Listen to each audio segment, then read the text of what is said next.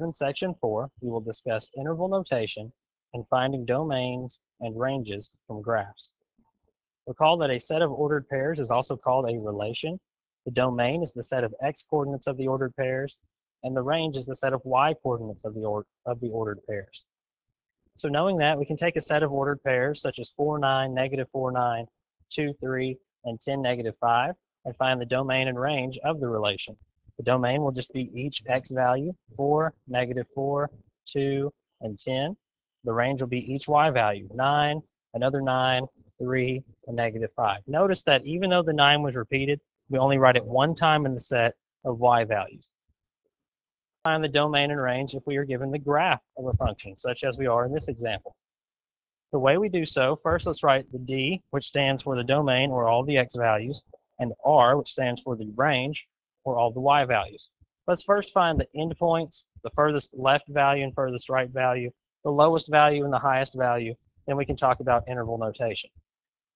So starting with the domain, we are looking at all the values horizontally, left to right. So starting at the smallest values, which will appear on the left-hand side, we draw a vertical line from the leftmost value, leftmost point on the graph, down to the x-axis, and that touches the x-axis at x equals negative 3. Going to the furthest right value, we draw another vertical line back to the x-axis, and that touches the x-axis at x equals a positive 4.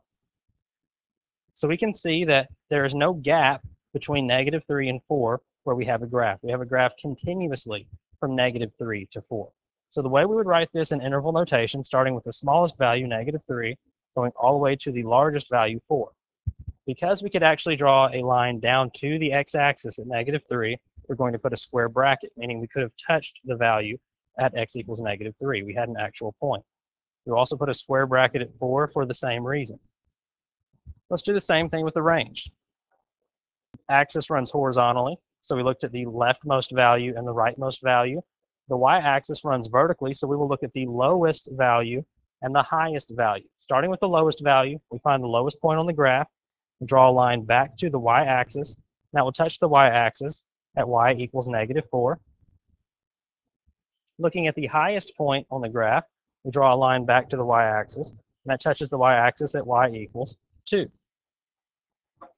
Continuous graph from the y values of negative 4 all the way to positive 2. Again, writing the smallest value first, we have negative 4 to 2. We put a comma in between. Because we could touch both points, or at both points we could go out and actually touch a graph, we put square brackets.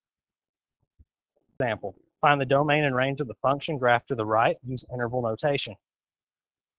One main difference between this graph and the last graph is that instead of endpoints, we have arrows. Let's describe what each arrow is doing or telling us. The arrow in the upper left-hand corner tells us that the graph will go up forever, but also, because it's slanted, will go to the left forever. The other arrow on the right side of our coordinate plane tells us the graph will go up forever in this direction, but because it's a slanted line, it will also go to the right forever. Let's use this information to try to find the domain and the range. Remember, domain, we're looking left to right. We're looking as far left as we can to find the smallest value, as far right as we can to find the largest value. The problem here is that the arrow tells us that the graph will continue to the left forever. So we can't say 10 is the smallest value or negative 10 is the smallest value, because anytime we set a smallest value, the graph will continue further to the left or further in the negative direction. So because we cannot put a boundary on the left-hand side, we will say it goes as far as it possibly can to the left, which will be negative infinity. True for the right side. We cannot put a boundary on the right side of our graph because an arrow goes forever in that direction. Because we cannot bound the graph on the right-hand side, it will go forever to the right or all the way to positive infinity. Now, unlike the last example, we could not draw a line from the end point of our graph back to the x-axis, so we cannot use square brackets. Instead, we use parentheses. And actually, we will always use parentheses when one of our endpoints of our interval is infinity. Let's now discuss the range. Remember the range, because the y-axis is a vertical axis, we look for the lowest value on the graph and the highest value on the graph. Starting at the lowest value on the graph, we are able to draw a line back to the y-axis, That touches the y-axis at y equals -2. So the smallest value is -2, and because we could go out and find an endpoint of the graph there that we could actually touch, the point actually existed, we put a square bracket at -2. However, when we try to find the highest point on the graph, we run into the same problem as we did when we were trying to find the leftmost point or the rightmost point with the domain. In each direction, it is going vertically forever, so we cannot find a highest value. It cannot be bounded on top. It will go forever upwards, which is also positive infinity. Example of finding the domain and range of the function. Again, we're going to describe the direction of the arrows first, and then try to find the domain and range in interval notation. So starting with the upper left arrow, that tells us that the graph will go up forever and to the left forever. The upper right arrow tells us that particular piece of the graph will go up forever and to the right forever. The bottom left arrow tells us that we will go in a downward direction forever and to the left forever. And likewise, the last arrow tells us we will go to the right forever and down forever. Now that we've explained the significance of each arrow, let's try to find the domain and the range. So starting with the domain, we look at our graph horizontally. We try to put a boundary on the left side of the graph. We also try to put a boundary on the right side of the graph. We can see very quickly because of our arrows that that is impossible. We cannot bound the graph on the left-hand side. We cannot bound the graph on the right-hand side. So it will go forever to the left, or negative infinity. It will go forever to the right, or positive infinity. And anytime we see an infinity, we will use a parenthesis. This is going to do something unique in this problem, or at least unique to the last few examples. Starting with the lower line, and I'm going to highlight it in green so we can make a little bit of a distinction. We want to find the lowest value that this green line that has arrows at each end will touch. Well, because those arrows go in a downward direction, it will continue to go down forever. And if something goes down forever, it's just like if it was to go left forever in the x direction, it would go all the way to negative infinity. And at that negative infinity, we put a parenthesis. But this particular piece of the line does not go up forever. It goes up all the way until the value y equals -2. And it stops at -2, at least vertically, that's as high as it goes. So from negative infinity to -2, we could touch -2. There was an actual point that corresponded to y equals -2, so we use a square bracket. And then we see we have this sort of no man's land, where there is no graph between -2 and +2. So we have a jump. We have no graph for those y values. So we have to start over at +2, and now we go through the same process. The lowest value of the second piece of our line, the piece of the graph that we haven't highlighted in green, its lowest value is a +2. You can actually see that, touch that. There's an actual point there. But because the arrows go up forever, it will go up all the way to positive infinity. We need one more piece before the range is completed. Because our range had a gap, we had two separate pieces to the range. We connect those with what we call in mathematics a union symbol. And union, you can think of it as just meaning or. It's one set or it's the other set contained in the range. Here we have another example, and in this case, our graph is a horizontal line.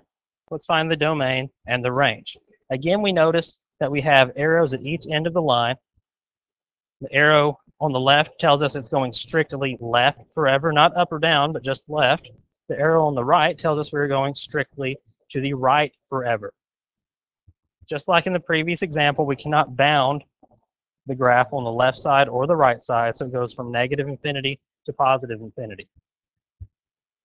The range, again, does something rather strange.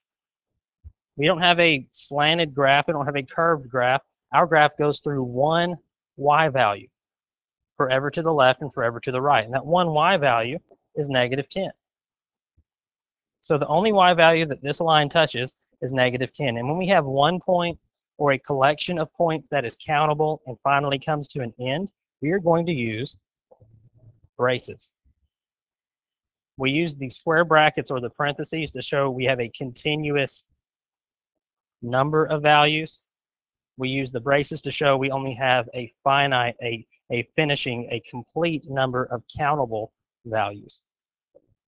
Few different examples, and in these next two examples, we want to find the domain and range of square root functions. And to do so, we're going to look at the inside of the square root for the domain and the outside of the square root for the range. Anytime we want to find the domain of a square root function, we take what's underneath the square root, which is called the radicand,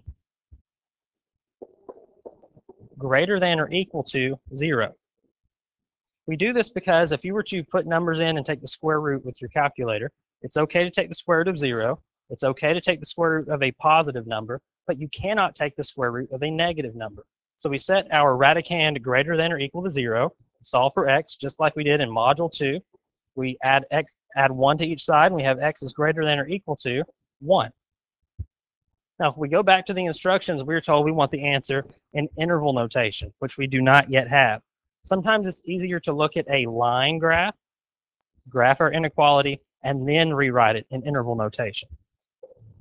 So we have a number line, we have the number 1, we have a closed circle at 1 because we have the greater than or equal to. And just like our inequality symbol tells us, we want to shade to the right. So it goes to the right forever. Remember, domain, we're looking at the furthest left value and the furthest right value. The furthest left value is 1.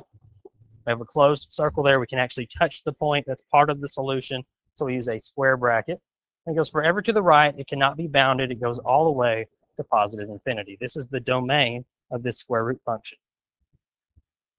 To find the range, we're going to use the two pieces of information we haven't used yet. The constant on the outside, as well as the coefficient in front of the square root. If the coefficient is positive, like it is in this case, it's not a negative number, so it must be positive. If the coefficient is positive, we will start at the constant and go in an upward direction forever. So the range, we start at the constant, 1. We can touch 1. That's an okay value to have. We have a square bracket there. And the positive coefficient tells us we're going only upward. So we start at 1, we go to 2, 3, 4, 1 million, and it continues all the way to infinity. Example where the range will be reversed. So here we have the square root function 4 minus square root of x plus 241. Let's start by finding the domain. So we look at the radicand, that value that is underneath the square root, and we set it greater than or equal to 0. Now we subtract 241 from both sides, and we will be left with x is greater than or equal to negative 241. So we draw a number line. We put the number negative 241, and at that point we will have a closed circle. Again, just as the inequality symbol tells us, we're going to shade to the right forever. Just like in the last example, actually every example we've looked at so far, the domain, the x values start as far left as we can. So the domain will start at negative 241, and because of the closed circle, we will use a square bracket, and it will go to the right forever, all the way to positive infinity. Now to find the range, we're going to use the two pieces of information that we haven't yet used. The constant outside of the radical, which is 4, and the sign in front of the square root, which is negative. In the last example, we saw that if the sign in front of the square root was positive, we start at the constant and we go up. However, if the sign is negative, we start as low as we possibly can, which would be negative infinity, and we're going to stop at the constant. So we stop at 4. Again, the number gets the square bracket. At infinity, we will put a parenthesis.